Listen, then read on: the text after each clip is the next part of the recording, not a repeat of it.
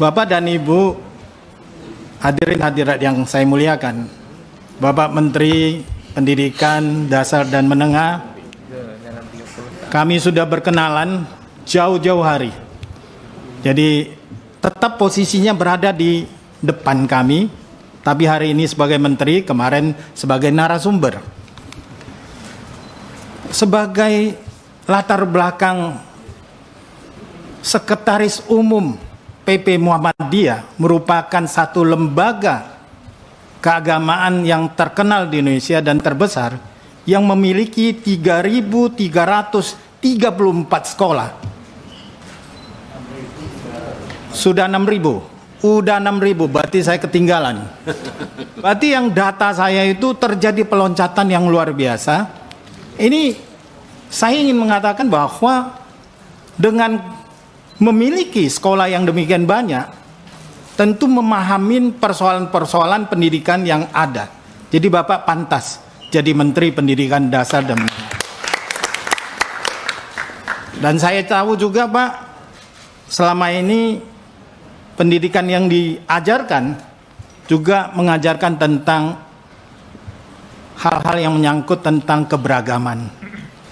Ya, tesis Bapak saya baca juga.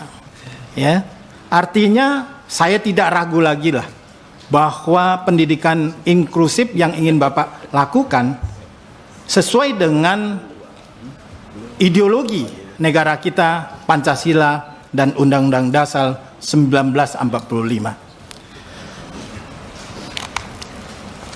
Apalagi ditemanin sahabat saya Pak Fajar yang pernah memberikan nilai kepada sekolah yang saya bangun, mendapat Ma'arif Award pada tahun 2014.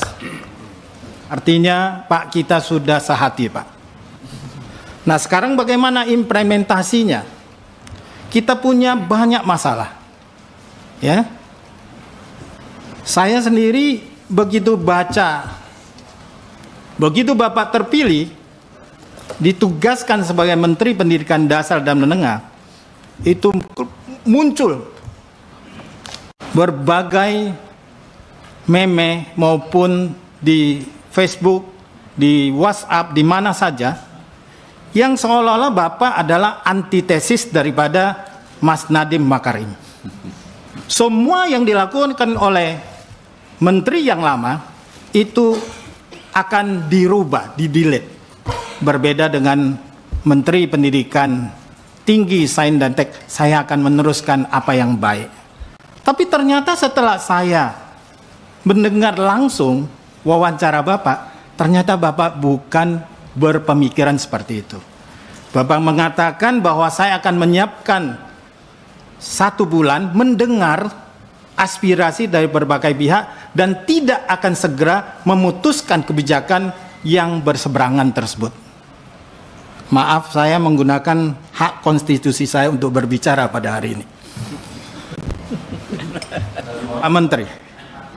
Pak Menteri, karena itu jangan muncul pameo setiap penggantian menteri adalah penggantian kebijakan maupun kurikulum.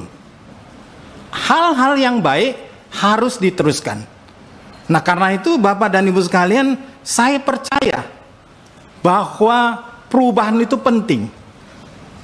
Kita jangan terus melakukan perubahan-perubahan kurikulum, itu akan mempengaruhi 3.328.000 guru yang harus kembali belajar dan adaptasi terhadap kurikulum baru tersebut. Mereka akan bekerja, belajar dan belajar yang nasibnya tidak pernah berubah. Yang saya menginginkan bahwa kebijakan yang dilakukan hari ini adalah perubahan terhadap nasib guru. Nasib guru harus diselesaikan. Saya sangat sepakat dengan apa yang Bapak sampaikan bahwa pendidikan bermutu untuk semua, berarti Bapak akan meningkatkan kualitas pendidikan kita. Dan saya sepakat, pendidikan yang berkualitas harus dimulai daripada guru. Karena itu guru harus mendapat kesejahteraan yang jauh lebih baik.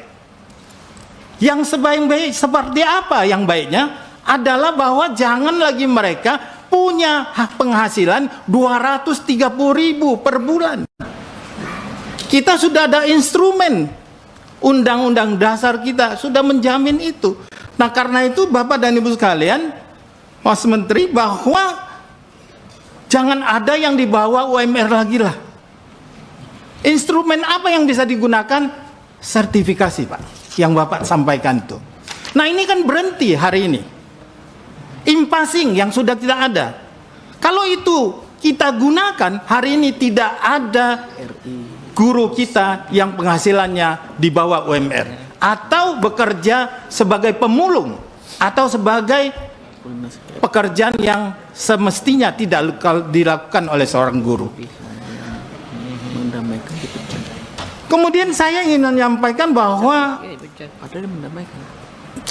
menurut mandatori kita menerima 20% anggaran pendidikan, yang kalau dihitung pada tahun 2025 kita akan menerima sebesar 722 triliun.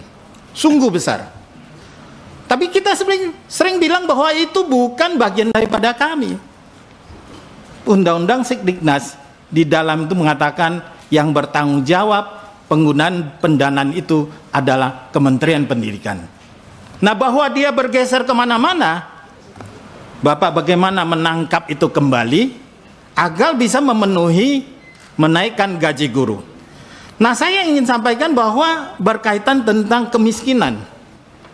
Untuk memutus kemiskinan berarti pendidikan harus berkualitas, tetapi juga harus mampu memberikan kesempatan belajar yang setinggi-tingginya. Pak, saya mengunjungi Muhammadiyah yang di pedesaan, Al-Wasliyah di pedesaan. Uang sekolah mereka cuma 15.000, Pak. Nunggak. Gaji guru 500.000. Kepala sekolah kerja 8 tahun, 800.000. Kita punya dana 722 triliun. Nah, komponen apa yang bisa kita berikan? Ternyata program Indonesia Pintar itu jitu untuk memberikan. Walaupun SD 450.000 itu bisa membebaskan uang sekolah mereka. 180.000 bayar, masih sisa 270.000. Nah, karena itu saya ingin menggambarkan, Pak, bahwa hari ini tahun 2025 program Indonesia Pintar kita ada 17,9 juta. Ya, menghabiskan dana menyediakan dana 9,67 9,6 triliun. Nah, untuk 17,9 juta dari 44,5 juta peserta didik. Nah, saya ingin mohon, Pak, kalau bisa yang PIP SD, SMP udah lama nggak naik. Kemarin yang SMA, SMK udah naik dari 1 juta